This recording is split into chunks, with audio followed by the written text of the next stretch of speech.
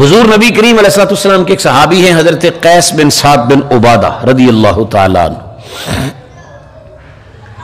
بیمار پڑ گئے، اور بیمار ہوئے تو کوئی بندہ ان کی تیمارداری کے لیے نہ آیا، کوئی اکا دکا آیا ہوگا، لیکن بہت بڑے آدمی تھے، سرمایہ بڑا تھا، مالدار بڑے تھے، کوئی بندہ تیمارداری کے لیے نہیں آیا ماں سوا ایک آدھ بندے کے۔ انہوں نے پوچھا کیا وجہ ہے؟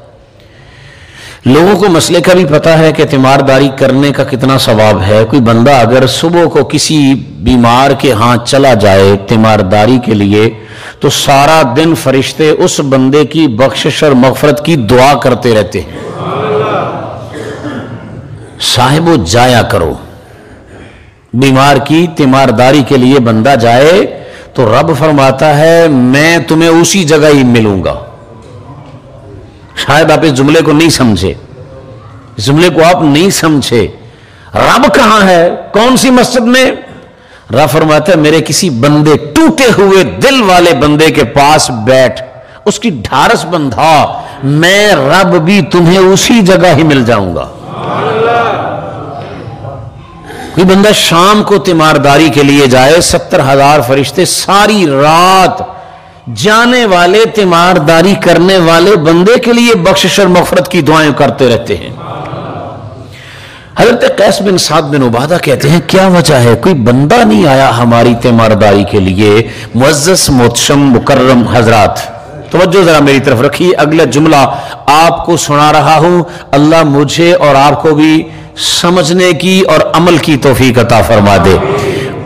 لوگوں نے بتایا، جو بیٹھے تھے گھر والے تھے یا جو بھی ایک دو بندے تھے، انہوں نے کہا لوگ اس لیے نہیں آئے کہ لوگوں نے آپ کا قرض بہت دینا ہے، ہر ایک سے دوسرا بندہ آپ کا مقروض ہے، قرض لے رکھا ہے، وہ بیچارے شرمندہ ہیں، وہ آپ کے پاس آئیں گے تو ہو سکتا ہے آپ بسترے مرگ پہ پڑے، بیمار پڑے، ان سے پوچھ لیں بھی یار تو پچھلے مہینے دا وعدہ کیتا سی، اجے پیسے نہیں دیتے، تو نے تو فلاں تاریخ کا وعدہ کیا تھا، پھر تو اپنے وعدہ خلافی کر گیا۔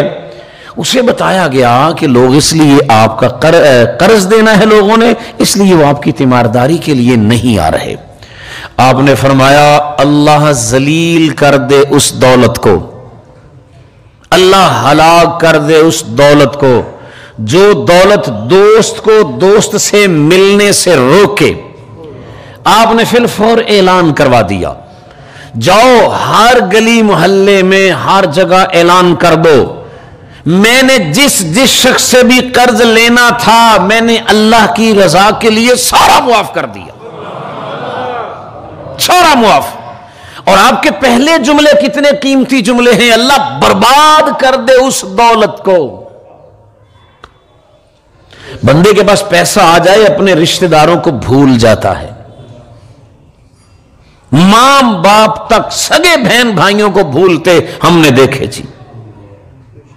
رشتہ داروں کو لوگ کہتے ہیں بڑا دور کا رشتہ دار ہے، تے دھوتی کرتے والے تو سکے ابے نو آندے نے بھی میرے محلے چوں آیا ہے، وہاں ہمارا ملازم ہے۔ وہ باپ جس نے دن رات دعائیں کر کر کر کر کے بچے کو کسی مقام تک پہنچایا ہے، اب وہ اپنے باقی سرمایہ دار لوگوں کے سامنے کہتا ہے میرے گھر کا پیچھے میرے گھر کا ملازم ہے۔ تیرے یہ جملے سن کر زمین پھٹ کیوں نہیں جاتی؟ حضرت قیس بن سعد نے یہی جملہ فرمایا، اللہ برباد کر دے اس دولت کو جو ایک دوست کو دوست سے جدا کر دے، اللہ ہلاک کر دے اس دولت کو جو خونی رشتے بھی بندے کو بھلا دے۔ اب کی بار جب اعلان ہوا تو روایت میں ہے کہ اتنے لوگ تیمارداری کے لیے آئے، اتنے لوگ تیمارداری کے لیے آئے، آنے والوں کا اتنا تانتا بندھا کہ ان کی گھر کی سیڑھیاں تک ٹوٹ گئیں۔ تو زندگی گزارنے کی چس آئی نا جی، زندگی ہو تو ایسی ہو۔ اور ایک جملہ میں نے احباب کو کئی دفعہ پہنچایا جی، کئی دفعہ احباب سے عرض کیا، میں خود بھی کوشش کرتا ہوں اللہ کرے مجھے اس کی سمجھ اور اس کے لفظوں کی تاثیر میرے دل میں اتر جائے، لیکن کئی دفعہ ایسے ہوتا ہے کہ انسانی بشری تقاضے ہوتے ہیں وہ آڑے آ ہی جاتے ہیں۔ میرے معزز حضرات اس جملے کو ذرا دل پہ لیجئے یار، دل پہ لیجئے۔ جب ہم مریں گے، مرنے سے تو کسی کو انکار نہیں ہے نا جی، کیوں جی؟ مرنا تو ہے. ہم اگر کہیں ہاں جی مریں گے تب بھی مرنا ہے، اگر کہیں چپ رہ جائیں ڈریں موت سے،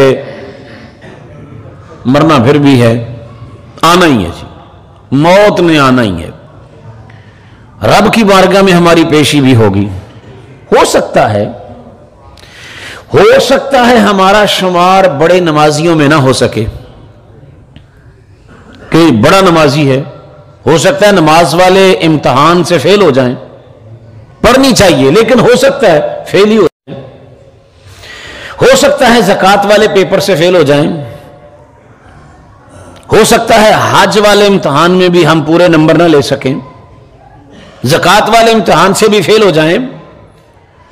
اور یارو یہ معاملے تو اپنی جگہ پر رہ گئے.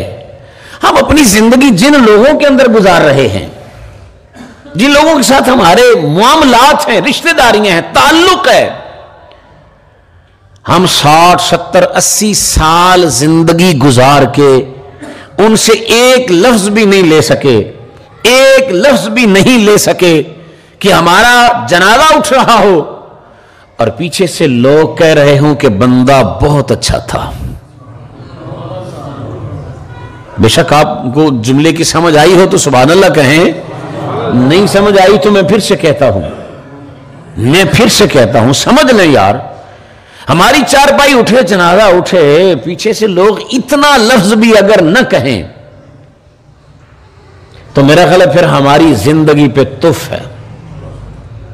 کاہے کی زندگی گزاری ہم نے یار، جن کے اندر 80 سال زندگی گزاری، ایک لفظ بھی نہ بولیں وہ کہ بندہ بہت اچھا تھا. یار